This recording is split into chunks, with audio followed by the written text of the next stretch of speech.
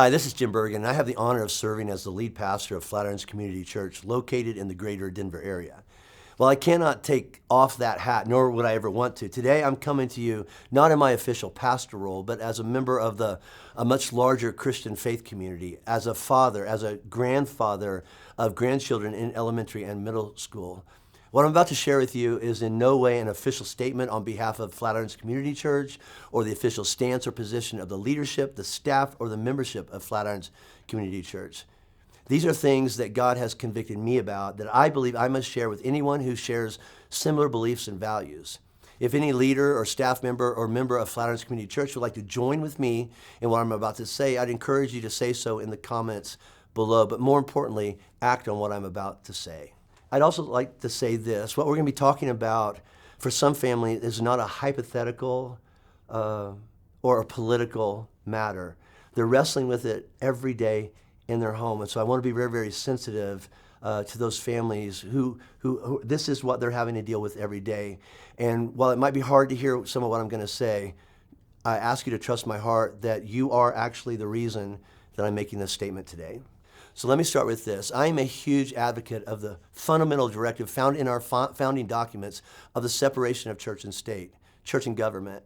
See, many people who risked their lives on ships and wagons crossing the ocean and the vast wilderness in search of freedom did so because they were opposed to government intrusion into the most important and personal parts of their lives, their faith, their marriages, their family, their parenting, their children. These are the most fundamental institutions and parts of our lives that were founded and ordained and given to us by God, our Creator. Over history, we have seen and experienced a repeated cycle where the government overreaches and tries to impose their political ideologies and agendas into areas of life that they have no right or authority to speak into or to rule.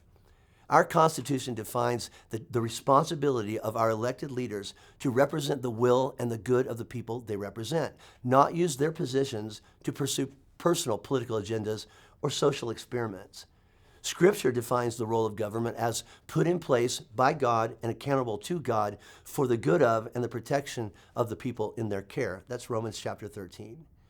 When a political entity oversteps their limits and tries to impose their ideologies into a theological arena, such as family or gender or the definitions around life, they have left that government lane and they've jumped into a theological lane. And when that happens, followers of Jesus must actively step up and do whatever is necessary to protect what is most important as defined by God, our Creator.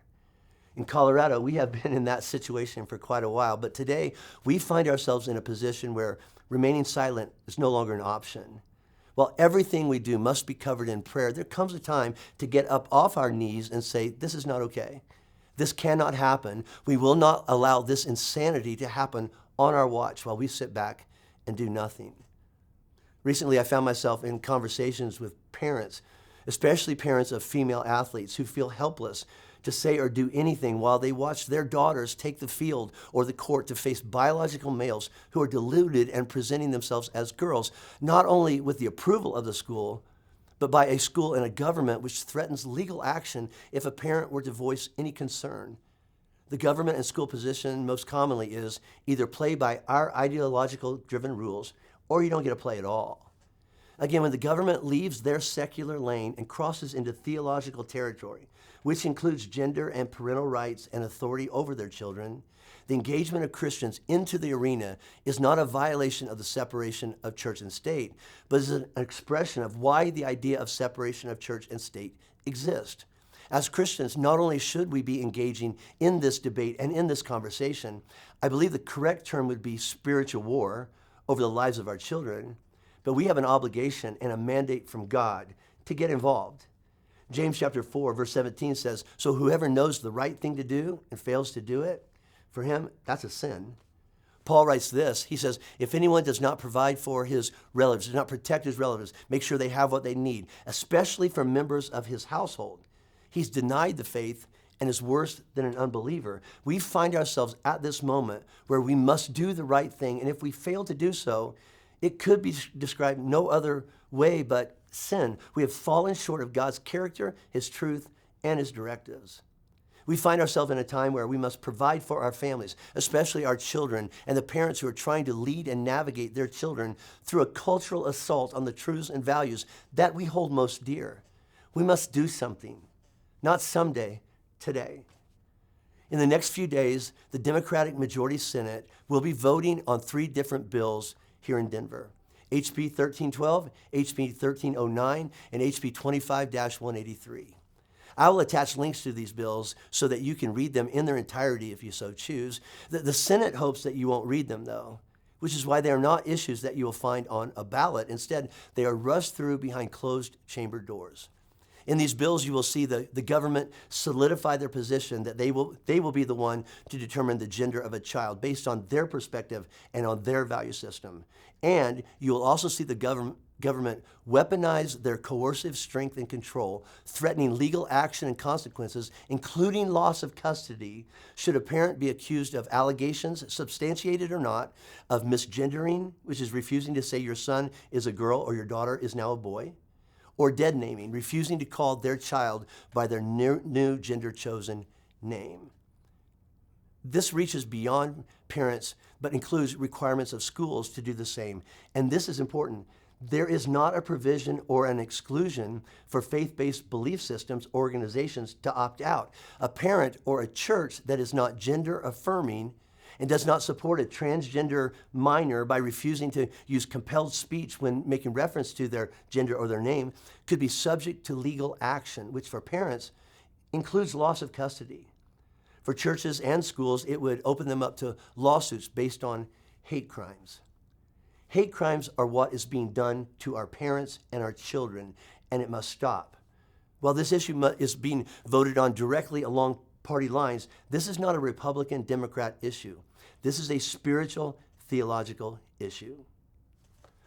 Listen, this is me, not speaking for my church or anyone else, but I have made no secret that I believe that our current governor and the Democratic Party around him, all the way to Washington, has aligned themselves with an agenda that is directly opposed to the things God holds and defines as most sacred. This is not the same Democrat Party that my mom was a part of. This party is actively, violently attacking anything that images God, parenting, and our children, especially the gender and identities of our children. Christians, we must do something.